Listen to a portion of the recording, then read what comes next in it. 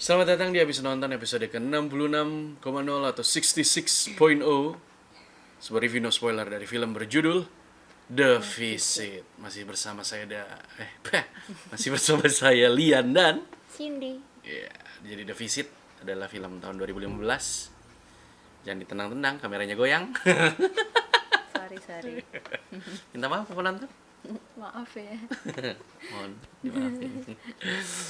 Film tahun 2015 asal Amerika yang bergenre found footage horror. Nah, jadi found footage itu kayak paranormal activity mungkin yang paling terkenal. Jadi kayak rekaman-rekaman amatir gitu kesannya. Ditulis, diproduseri dan disutradarai oleh M. Night Shyamalan. Dibintangi oleh Olivia de Jong, Ed Oxenbould dan lain-lain tidak terkenal bintangnya ya. Jadi film ini bercerita tentang seorang remaja. Iya, seorang remaja. Sabar dong, sabar. Protes saja nih. Berumah tangga lah Anda. Seorang remaja perempuan bernama Becca dan adik laki-lakinya. Seorang remaja perempuan bernama Becca dan adik laki-lakinya bernama Tyler yang tinggal bersama seorang single mother, ibunya, yang mana ibunya itu sudah kabur atau pergi meninggalkan rumahnya sejak 15 tahun yang lalu dan tidak berhubungan sama sekali dengan orang tuanya. Jadi kedua anak ini, remaja ini, Becca dan adiknya Tyler, itu sama sekali tidak mengetahui nih soal kakek neneknya ya. Nah, tiba-tiba suatu hari kedua kakek nenek itu menemukan cucunya di dunia maya, di media sosial.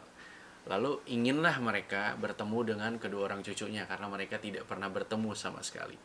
Lalu kedua kakek nenek itu menghubungi ibunya dan meminta agar kedua anak tersebut datang mengunjungi mereka, mengundang kedua anak tersebut dan menginap selama seminggu bersama mereka untuk ya istilahnya gathering the lost times gitu kan, melupakan luka masa lalu. Lalu akhirnya dikirimlah kedua anak itu oleh ibunya, diizinkan untuk menginap di rumah kakek neneknya. Nah, film ini ceritanya mulai berjalan tentang pengalaman-pengalaman dan kejadian-kejadian mereka alami selama seminggu di rumah kakek nenek tersebut.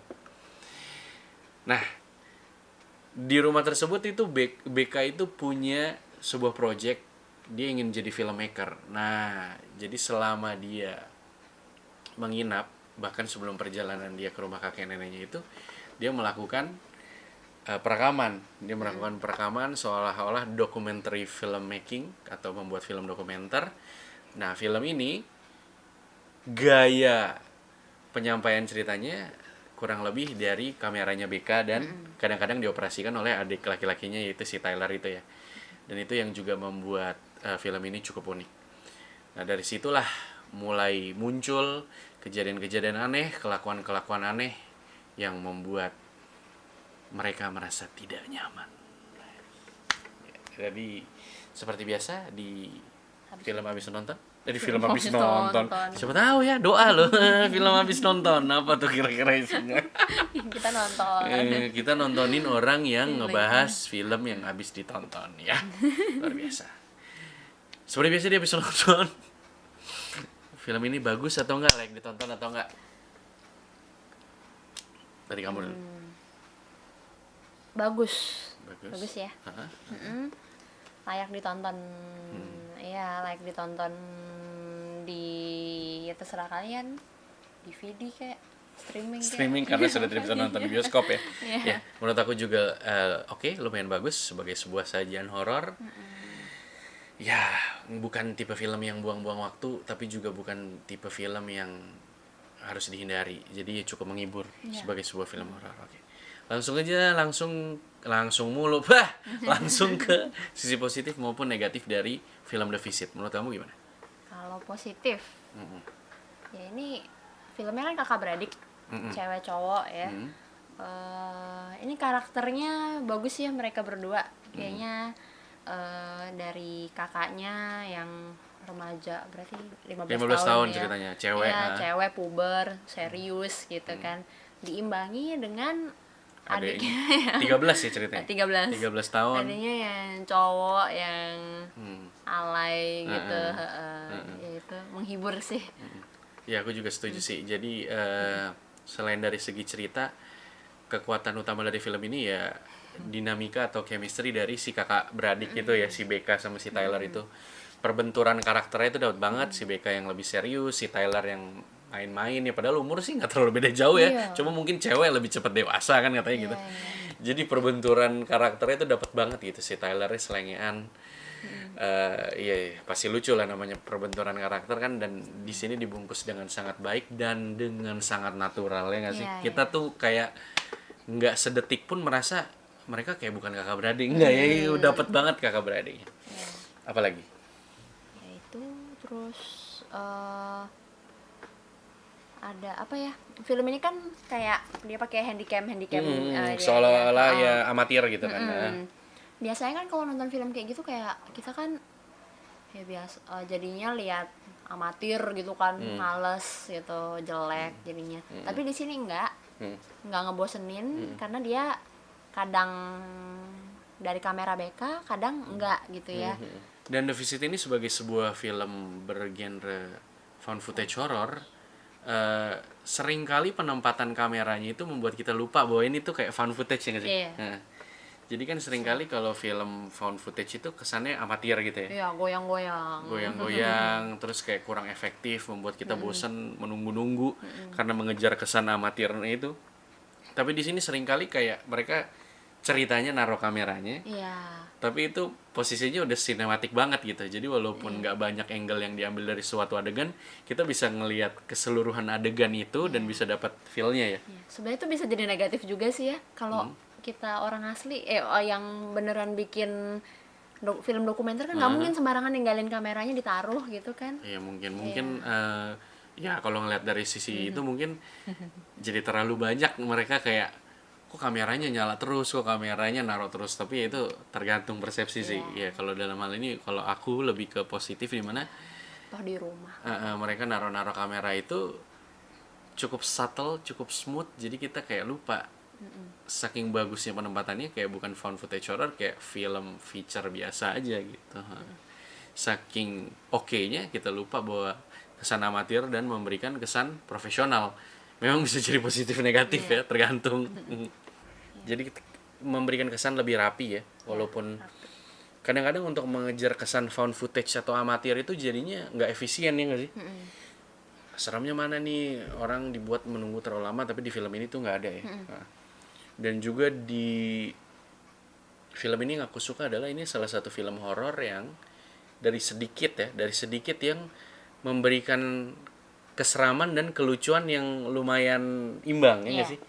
Jadi thanks to Tyler ya sebagai comedic relief di film ini, itu dia banyak banget ngasih titik-titik tawa yang membuat film ini nggak terlalu bosan ketika lo nunggu seramnya gitu. Dia ada bikin lucu kayak gitu sih. Jadi film ini memadukan keseraman dan kelucuan dengan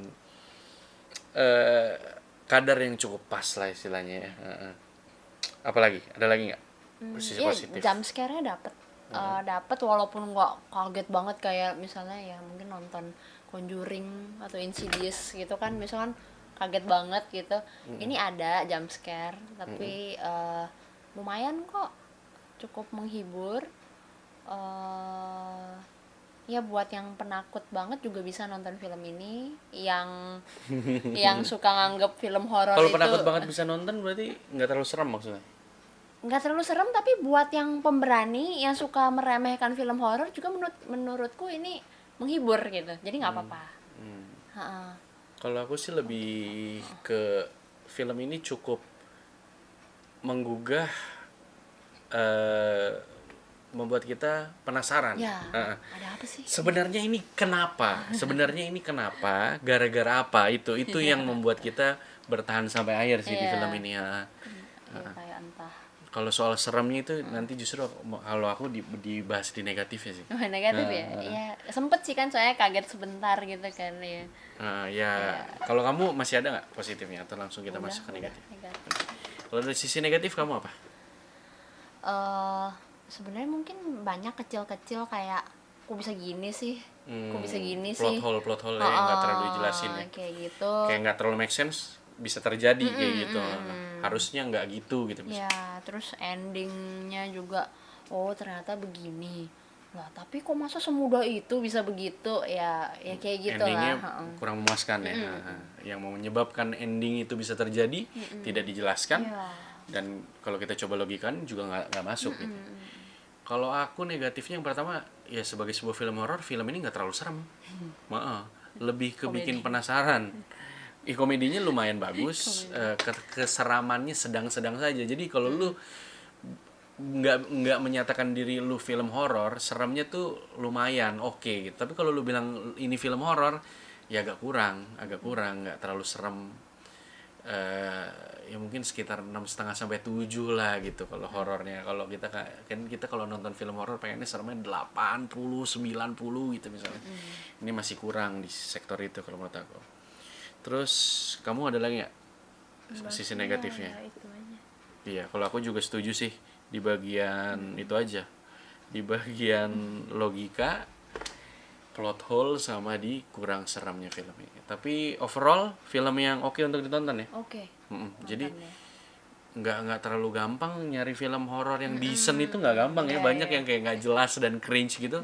The Visit ini bukan salah satu film kayak gitu. Meskipun tidak luar biasa, tapi menghibur dan layak ditonton, ya kan? Kita juga senang nontonnya ya.